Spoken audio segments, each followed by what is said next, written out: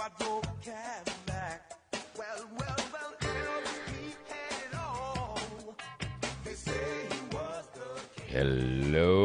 again. Welcome into 1017 FM and 710 KEEL. Welcome into another edition of Strategies for Living. I'm marriage and family therapist David McMillan, all the way down yonder at the other side of the broadcast table. There she is, sparkly little smile on her face. PLPC Carla McCormick. Hi, Dave. How you doing, Carla? I'm pretty okay for a Tuesday. Oh, yeah? Yeah. All right, well, I'm glad to hear that. How about you, Ruben? Are you pretty okay for a Tuesday? I'm doing all right. I am doing all right. yeah. Pretty okay for a Tuesday. Sounds like a good song. Yeah, that sounds like it. You could get to writing that. I might Our ace producer, Rapid Ruben Wright, who when he's not producing strategies for living and keeping us flying, he's doing morning traffic. Yes. For Robert and Erin. He's just a busy guy. Yeah. I keep pretty busy. Yeah, you do. So, you know what we're going to do this evening on strategies? What's that? We're gonna tackle the F word. Oh. Yeah, we're gonna. I'll put in a call with my buddies at the FCC. Yeah, I'll have to pay them off again. Put your finger on the button there. Yeah, we're going to talk about forgiveness Ooh, this evening big on topic. strategies. Gary Tiemann, who has been, one of our regular contributors here on Strategies for a Living and the author of Miraculous Psychotherapy. Gary comes at least once a month to talk to us about A Course in Miracles, which is a very, very important text. If you've never heard of it, we'll tell you a little bit about that tonight. But A Course in Miracles has some interesting concepts to teach us about forgiveness. We'll tackle that tonight with Gary Tiemann, our life strategist. Folks, thank you for tuning in to Strategies for Living. We are presented by CADA, the Council on Alcoholism and Drug Abuse of Northwest Louisiana. They have been helping individuals and families for 60 years. We're also brought to you by Jerry Anderson, State Farm Insurance, by Learning RX, by Highland Place Rehab and Nursing Center, by Milestones Counseling Center, by Jacob's Well Inspirational Books and Gifts, and by Resilient House. We'll be back with the author of Miraculous Psychotherapy, Mr. Gary Tiemann, today on Strategies.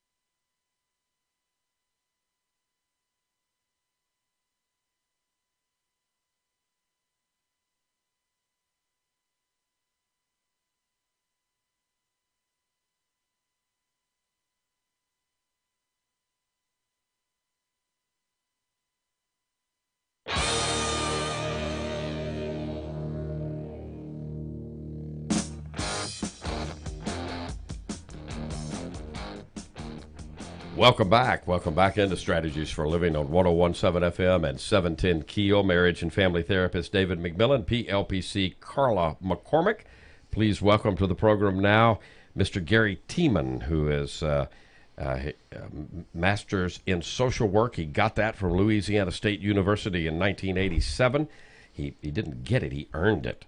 He started his social work career as an intern on the mental health team at Louisiana State Penitentiary at Angola, went on to practice at various mental health hospitals and agencies as a case manager, a staff therapist, and program administrator, clinical director. I think that's where I first met him, at the old Charter Forest Hospital on Linwood, where I think he was clinical director. You're showing how old we are. I know. He is now in private practice, has been in private practice here in Shreveport for over 25 years. Mr. Tiemann, welcome to Strategies. Welcome back. Oh, thank you, David. You indulged me so well to come talk about these things I love to talk about. So well, thank you. And I should mention, as I did at the first of the program, Gary is the author of a wonderful little book. It is called Miraculous Psychotherapy: Achieve Your Ultimate Happiness with a Course in Miracles. We're going to talk the F word today. We're going to talk about forgiveness. You just like to say F word. I do like to say F word. Forgive me, please. He teases us that way, doesn't he? I do. Yeah, I do. A Course in Miracles has a lot to say, to offer, to teach about forgiveness in a fresh or a different way. But let's not assume that every single listener has heard you the previous times that you've appeared here on Strategies. We may have some new listeners today. Hope we do. Welcome if we do. What is this thing called A Course in Miracles that hit the planet in 1976? Yes, that was, and I know you know very well, but for those that are being introduced to this, Dr. Helen Schuckman, professor of psychology at Columbia University, and her boss, Dr. Bill Thedford, another professor of psychology, medical psychology at Columbia.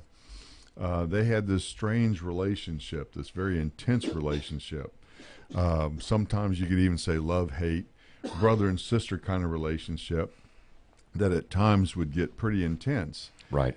And one day, when they were having their conflicts, one of them said, there has to be another way.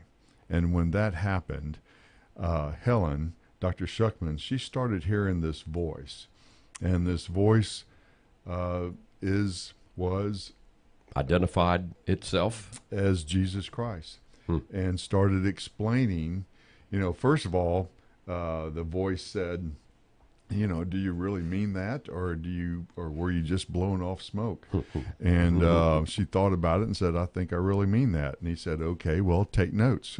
Take notes. You're about to get some lessons, girl. Yes. And both of them persevered through years. And so he dictated to her, and synchronistically, coincidentally, she knew shorthand, and so she was able to take it down in shorthand.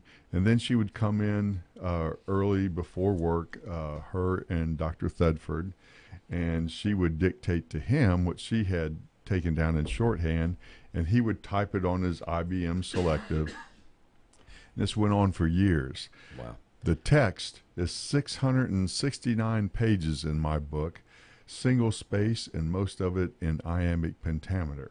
And same writing as Shakespeare. Huh? Yes. Yeah. Shakespearean prose. Wow. Correct. And so it's a magnificent piece of writing, a dense piece of writing. Took me forever to kind of get introduced to it, and we've talked about that story, and we've shared that story before, but it's not an easy thing to just pick up. It isn't, and yet it is so intriguing. Once you do dive into it, there is it's kind of 3 books in one, plus a couple of supplements. Yes. There's a text, there's a workbook for students, and there's a manual for teachers. It does explain that we are all students and we're all teachers. Yes. So we need both of those. Interesting. One of these times when you come, we're going to do a program entirely on one of the supplements, which is on psychotherapy. Psychotherapy. Yeah. The pamphlet on psychotherapy. So we'll do that, but not today. Today Yes. we're going to talk about forgiveness.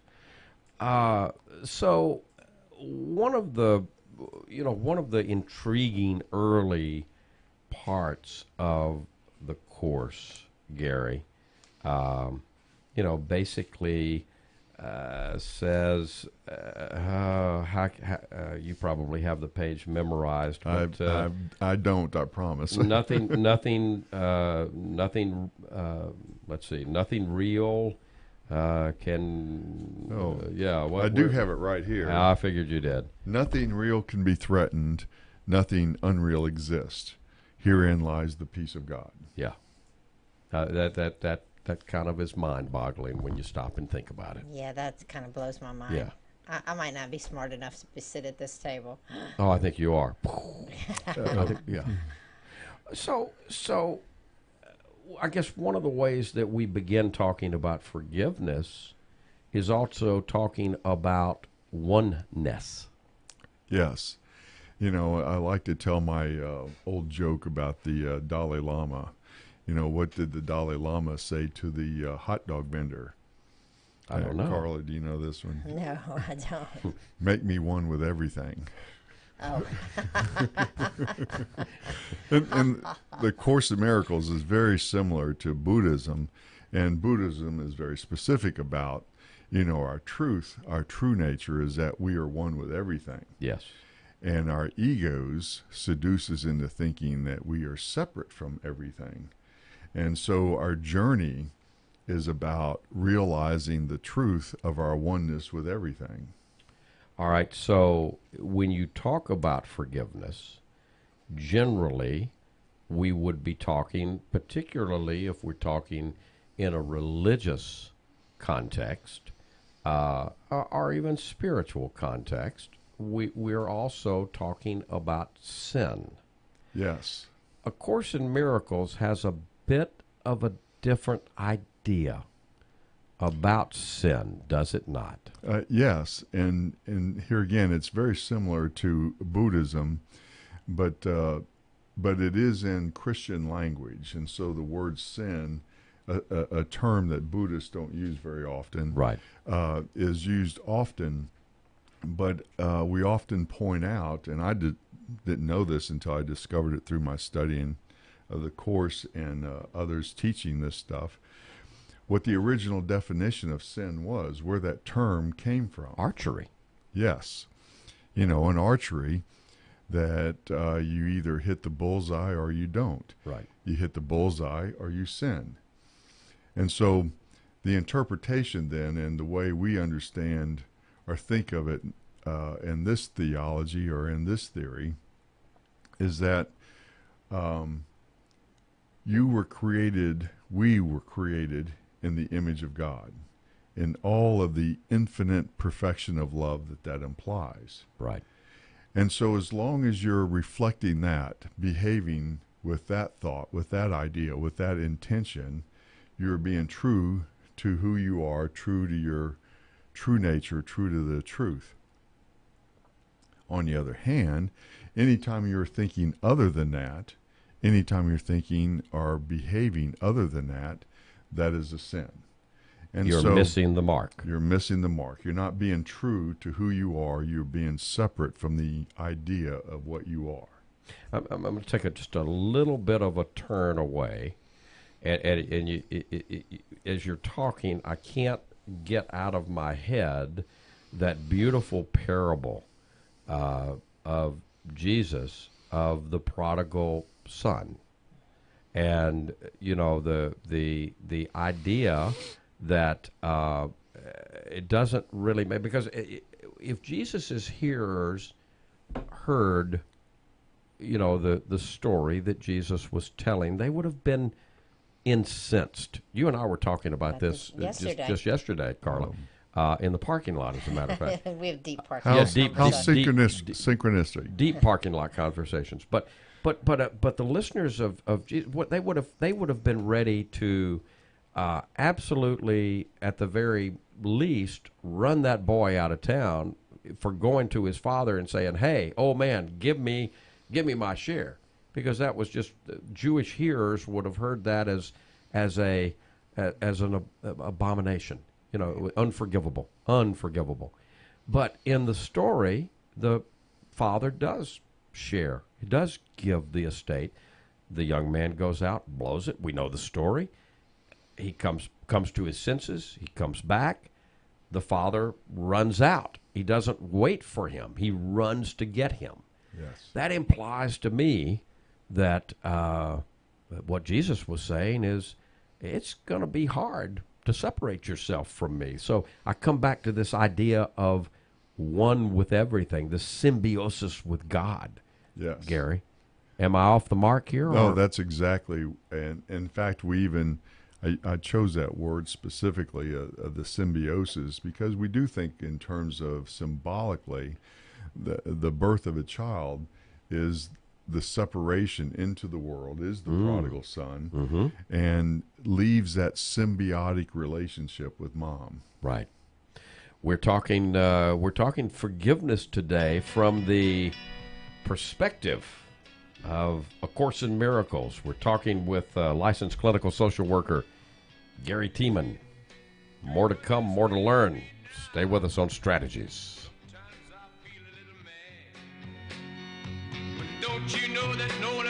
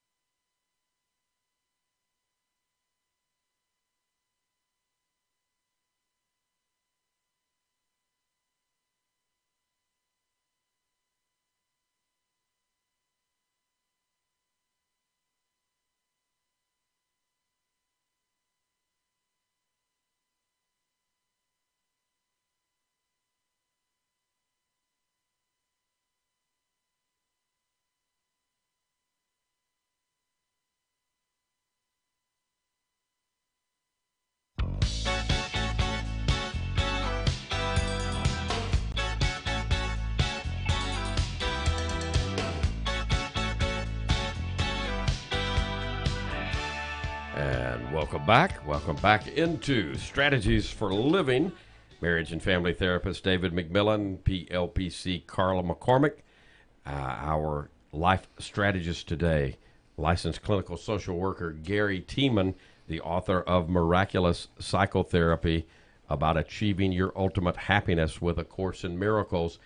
You're doing it again. I'm talking on You're doing it again. You see, you're giving me the opportunity to practice forgiveness. The conversation. What he's referring to is that I talk off air, guys. But no, you don't just talk off air. You talk incredibly off air. It's incredible. You come up with incredible questions off air. I will validate that. Yeah. I heard it. Yeah. Thank you, I guess. Yeah. So any of those you want to ask on there, please feel free. Thing I wanted to add is you talked about the prodigal son, and Gary just made this really point to me. Yeah.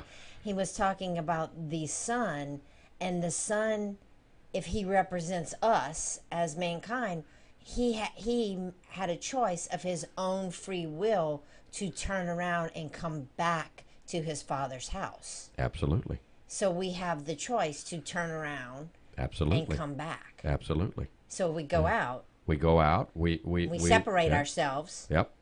And then we choose to come back. Yeah. And of course, again, illustrated in that beautiful parable is the idea that, well, again, the Jewish hearers would have heard that and said, well, that boy, there's no hope for that boy. And yet in the parable, it turns what they thought they knew upside down. That'll upset the ego. So it's basically what Jesus is saying is no matter how hard you try to sin, you're going to it's all going to, in the end, you're coming back to the Father. The Father never turns his back on you. Yeah. He was always there, always accepting. Yeah. Well, and then there's the point of the brother that stayed, and he didn't get a higher rank because he stayed. The brother who turned around and came back was just as celebrated as the brother who stayed. So we're not somehow less than, I guess is where I'm going, because we sin or because we fail. Right. It's in the coming back that we... That's an interesting point. And Gary, is that the older brother in that parable? Again, I didn't mean to turn us off and stay on that, but but is that the ego? Is that illustrative of how the ego can play with us, even in our quote unquote goodness? Because the older son did everything right, towed the line, but I was never even given a kid goat. To barbecue, for my friends. And so he did everything right, except he was keeping score. Yeah. Oh. So that's the ego, right? The ego is going to keep score. Yes. Yeah.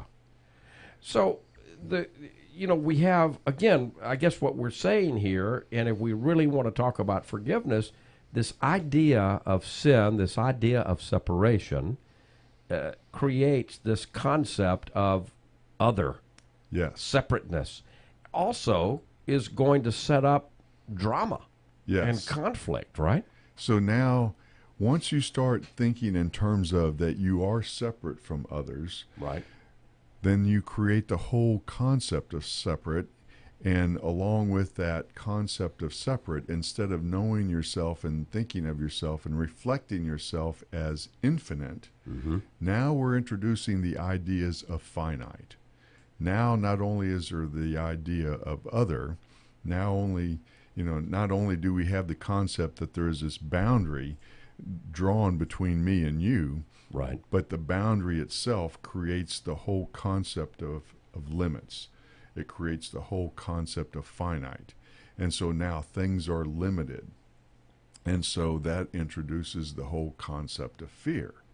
You can only have fear if you think you're doing without something. If you have everything, there is no fear. You're not doing without anything. Yes. Yeah. And so with this idea of separation, with this idea of limits, that fosters the drama of the world. We have to fight it out. I've got to get mine before you get it. Yes. Yeah, we got there are limits. Control, baby, control, right? Yes. And so, I love to quote Shakespeare's "All the world's a stage, and men and women are merely players." And here we are in every drama. There is a protagonist and an antagonist. Right. And so, with the and who's defined as the protagonist and the antagonist depends on what direction you're looking at it. Yeah. I guarantee, who I define as the antagonist to my drama, they're over there defining me as the antagonist to their drama. Well, I'm kind of reminded of Cartman's triangle, the drama triangle, which I know you keep prominently up in your counseling. I use it a lot room. in my office. Yeah, Yes. so it's a triangle, and one point of the triangle is rescuer. One point of the triangle is persecutor, and the point of the triangle is victim. Victim. Yeah. Whenever we feel we are deprived, the ego will jump in and say, at times, one of its games, it's not your fault. You've been victimized. I'm a victim. Yes. Yeah. The problem with the drama triangle, with Cartman's triangle, is that there's little arrows, little invisible arrows between. So the minute I define myself as a victim, I can begin to switch modes. I start defining the protagonist and the antagonist. Yeah. Yeah. Exactly. Yes. And everything shifts. Yeah. So I can see myself as a victim, and the next thing I'm doing is persecuting. And feel justified doing it. Yeah. Or I can go in to rescue the hapless Carla, and the next thing I know, I need somebody to rescue me because she's switched over now and she's persecuting me because I rescued her. And we can go in circles with this stuff. Yeah, and we do. And we do. And we do. It is the drama of the world. And so, we can play this game until we finally realize the game doesn't work. The game itself doesn't work. And so and therefore there's where Helen Schuckman said to Bill Thetford, there's got to be a better way. Yes. Yeah. Or the prodigal son said, I'm going to start finding my way back. Yeah. Even the slaves, even the servants at my father's estate eat better or given food better than this. He longed to feed his belly with the corn husk that he was giving the pigs. Still having and fostering that idea of limits. Yeah. Yeah. Once we take on that idea of limits, it's hard to let go of. So, again, there's got to be a better way. Recovery, that really is what A Course in Miracles is essentially presenting to us. Yes. And I think this is important, and this was part of the conversation that you guys were having. It's not the way. A Course in Miracles is not the Course in Miracles. It's a Course in Miracles. So it presents itself as a way. Which implies there are other ways. In fact, I would take it even a step further to say that every individual is an individual way. In some ways, I think of it that we're pursuing truth, and we're pursuing a truth that, when all roads lead to Rome, the Rome that we're speaking of is the truth. And so you can pursue untruths, but their false nature will be revealed at some point because that is its nature. Right. And so the true nature will be revealed in the truth. Right. And so, the truth just has to quietly sit there. It doesn't have to prove anything. It doesn't have to do anything. It just has to sit there until you discover it. And so we are all on our individual paths. We are all on our individual journeys discovering our truth. And Now, sometimes we get some things that seem to masquerade as truth until we discover that they don't. not. What would be an example of some of those things? Religions, relationships. I would put it even into the more general category of any time we approach anything with a sense of arrogance, a sense of hubris, or to say it another way, coming at it from the opposite direction. Anytime we're pursuing something from anything other than a state of gratefulness. When you know you have everything, the only natural response to that is to be grateful. Be grateful, yeah. Gratitude. Wow. So, one of the things that you're pointing out is that recovery is similar in a way to grief recovery or grieving, and we know of from Helen Kubler-Ross, we know the stages of, well, she introduced them as the stages of dying, and they've kind of evolved and eloquently into the stages of grief and denial, anger, bargaining, depression, and acceptance. We'll talk about a little bit about each of them, and you add another one. So talk a little bit about how recovery is similar to grief, Gary. Well, the ego and its response to fear and the way it defines fear, it has us focus on pursuing these ideas of control. So the ego seduces us with its, as we say in our field, with its illusions of control. Right. Yeah. So. And we're never really in control. All control is an illusion. Right. Yes. In AA, we teach people to simply let go, let God. Right.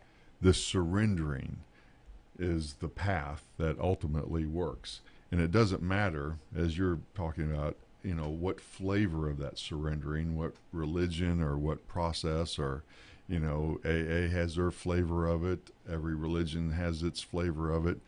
But just about every religion you look at, you'll find in there somewhere, somehow, some idea of surrendering and surrendering to your God. Your higher power. Yes. All right, so that is to bust through denial then, to say that control is a real thing. We move into anger in the steps. I'm not in control. I may bargain. I may try to regain control somehow, right? Yes. And generally, I'm gonna hit a wall there at Yes. that point. It once again, whether we're talking about more traditional concrete issues of grief and grieving, or whether we're talking about this specific thing, we get to the realization that in the bargaining stage, trying as much as we can, we realize there's nothing I can do. So are you saying then in depression that maybe there's even a healthiness, a quote-unquote healthiness to depression, because that's an adjusting to life without an illusion? Very much so. When people are heavy in their addictions and it's all seems to be working, they're pretty happy. It's only when they start realizing it's not working that they have to have this paradigm shift that rocks their world. Wow. We're learning today from Gary Tiemann, licensed clinical social worker and the author of Miraculous Psychotherapy, at your favorite bookseller. Achieve Your Ultimate Happiness with A Course in Miracles. Carla and Gary and I will be back. Reuben, you just think you're in control of this thing. You're learning now you're not. Seems to take the longest time.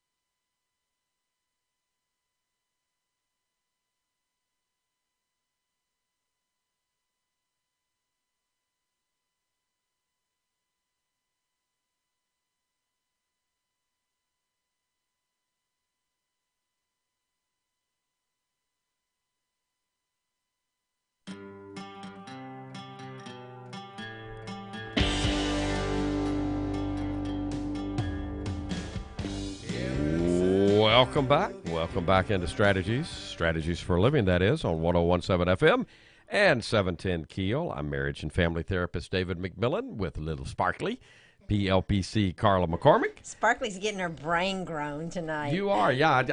I hear it. I hear it. On the other, from way down yonder, I hear it. It happens every time Gary Tiemann shows up. I love when he comes. Yeah, he's the author of Miraculous Psychotherapy. Great little book. You can find it at your favorite bookseller, wherever you buy books. Gary, certainly get it on Amazon.com, right? Yes, that's the easiest way. And again, it's Gary Tiemann, Tiemann, and you can visit him at GaryTiemann.com and continue the conversation through Miraculous Psychotherapy and his website with Gary. But we'll continue here this evening as we talk about forgiveness and how A Course in Miracles looks at forgiveness. We were talking about before break that recovery is similar to grief recovery, so we're moving through denial and anger and bargaining and depression, and finally we get to this place, right, of acceptance. Easier said than done, but that is the goal. That's the ambition, and eventually we will get there. And right. You've had me on before where we've talked about reincarnation and stuff like that, right? And that evidence, and in this framework, and I think this helps a whole lot to appreciate that everyone's going to get there. Everyone you know and love, including yourself, is going to get there. It's just a matter of how many times do we have to take that stage and play out this drama and come to the conclusion that all control is an illusion. So I have to get to a point of surrender. You mentioned earlier, let go and let God.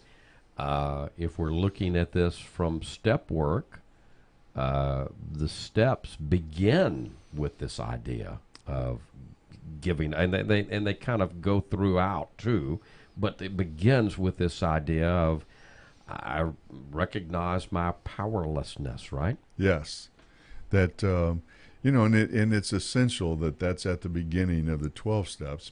Otherwise, the ego would have us chasing our tail again. Yeah. So forgiveness then is really learning, and you add it as kind of a sixth step after denial, anger, bargaining, depression, and acceptance. Then forgiveness, you add on to this list. It's really that I'm learning to let go of control then. In some ways, you might think of it learning to let go of your ego. When you become a servant to God, when you become clear that I'm not in charge, right, and I just do what I do one step at a time, responding to what shows up in front of me with as much love, with as much honest intention as I possibly can, and let that define my path instead of thinking I'm in charge of my path. So I don't need to take anything personal, and yet the ego says just the opposite of that. Everything is personal. Oh yeah, we go to war. Yeah. I like to point out, since we're talking about Shakespeare and drama and being on the stage, in formal drama, there's two basic categories of drama. There's comedy, right, and there's tragedy. Right. And as I point out to people I work with, it's all tragedy because we all die. Right. And so it becomes, nobody's getting out of here alive. No one's getting out of here. You talk about it as life is an irreconcilable phenomenon. And if you think you're in control, that's the trump card that says, no, you're not. Yeah.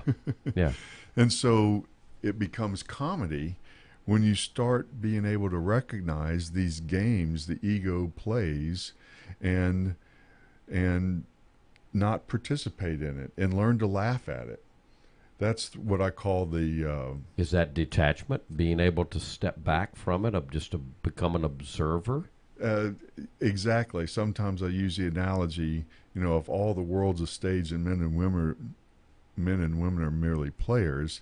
Now it's time for you to start sitting in the audience and watching it instead of thinking you have to get on that stage.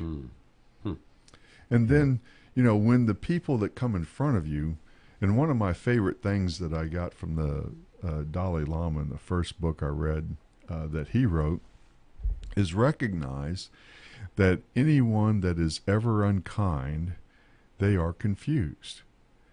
If you suffer their unkindness, recognize that that is their confusion. Right.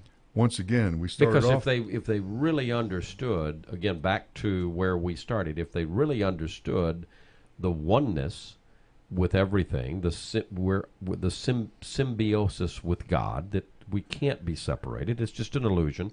But if we really understood it, we would never be unkind to someone else because we don't want to be unkind to ourselves. We're all one, right? Exactly. And what's to be unkind about? You have everything. Right. Yeah, it's just an illusion that you don't. But the ego tells us, I may have everything, but you have more. You have a little and more. I want and I want what you have. He's a little more. He has a little more your stuff is everything. better than my stuff. A little more everything. Yeah. You can't have everything and someone else have something you don't have. Those are kind of incompatible ideas that the ego will seduce you into thinking are true.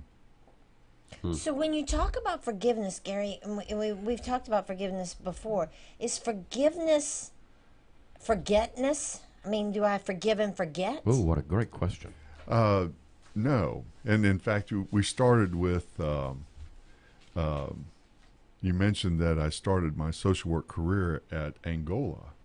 And even though there are people there that have done very unkind things, and even though I approached them every day with as much kindness and forgiveness as I could, we also have to own the truth of our reality today, that they're confused to the degree that they're dangerous. They may hurt you. They're that confused. And we have to own that truth. Mm-hmm. And so, ideally, we go through a process of rehabilitation and we teach them, some aspects of kindness, at least to the degree that they can function in our culture, in our society. But I have to admit that we don't do that so well in our correction systems in our state or in our nation even. Right. Jesus hanging from the cross said, Father, forgive them. They don't know what they're doing. That sounds a whole lot to me. It mimics what the Dalai Lama was teaching. Yeah. The Dalai Lama and Jesus are sounding a whole lot alike there. And I like to point out, it really does come down to the simplistic idea, to the basic idea, to love and forgive. Understanding sin with the definition that we're using today, your true nature is that infinite love created in the image of God. That's who you really are. And if you or anyone else does anything other than that, that's a sin. And what's the most loving response to that sin? Well, the most loving response to that sin is forgiveness. So regardless of the details, in fact, I sometimes tell people that's all details. The only thing you have to really worry about is, are you practicing love, and are you practicing forgiveness wherever not love shows up? Yeah.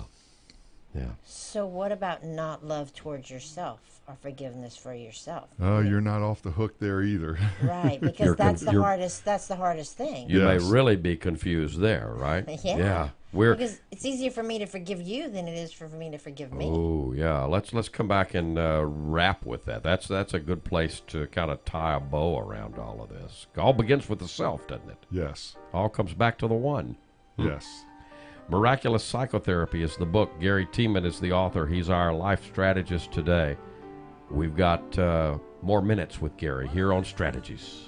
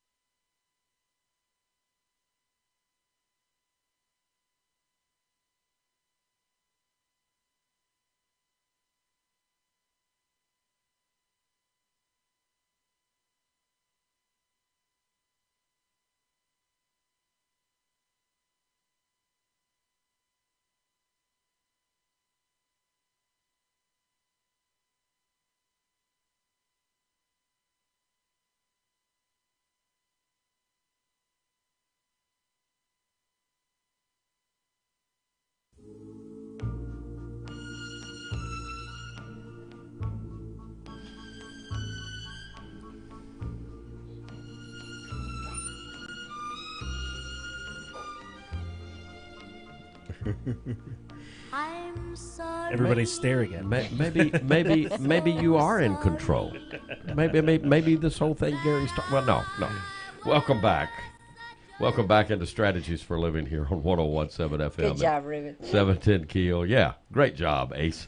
Welcome back to Strategies. Gary Tiemann, the author of Miraculous Psychotherapy, with us this evening, and talking about forgiveness through the lens of A Course in Miracles. So, Carla, you were bringing us before break to that place. Very good place to kind of wrap this up. It all comes back to me, right? It all comes back to self. I'm really not going to be able to forgive anybody else to any greater degree than I can forgive myself.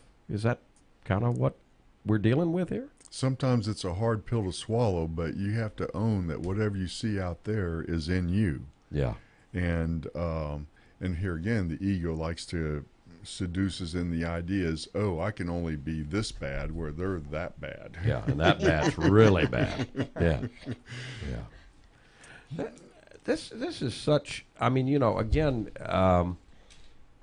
there's nothing real complex here. It's actually all simple and yet so profound and so wow. One Christian dictate that I completely agree with, and you'll find in most religions, is the simple idea of love your enemy. Yeah. You take that which your ego, what you have defined as being the most separate and antagonistic to you, and transcend that separateness, transcend that antagonism with love. You can do that. Wow. Yes. You got it. You love them, you can love everybody. Wow. The Dalai Lama, when I got to go see him when he was, me and 10,000 others in the arena in New Orleans a few years ago. But he's talked about, every day he prays to love the Chinese. Yeah. And for those of you that know his story, they didn't do him right. They didn't exactly treat him well. Gary, again, when you come, and I so appreciate you taking time out to be a regular guest monthly or so with us here on Strategies. My pleasure. Thank you so much, and I can't wait for the next time you come. Folks, if you want to continue the conversation with Gary, get a copy of Miraculous Psychotherapy. You can get it at Amazon.com. You can also go to GaryTiemann.com. Carla, thank you. Ruben, thank you. Gary, thank you. Folks, thank you. Strategies for Living has been brought to you by CADA, the Council on Alcoholism and Drug Abuse of Northwest Louisiana, by Jerry Anderson State Farm, by Milestones Counseling Center, by Learning RX, by Highland Place Rehab and Nursing Center, by Jacob's Well Inspirational Books and Gifts, and by Resilient House. If today were the last day of your life, you only had one more phone call that you could make, who would you call? What would you say? And why are you waiting?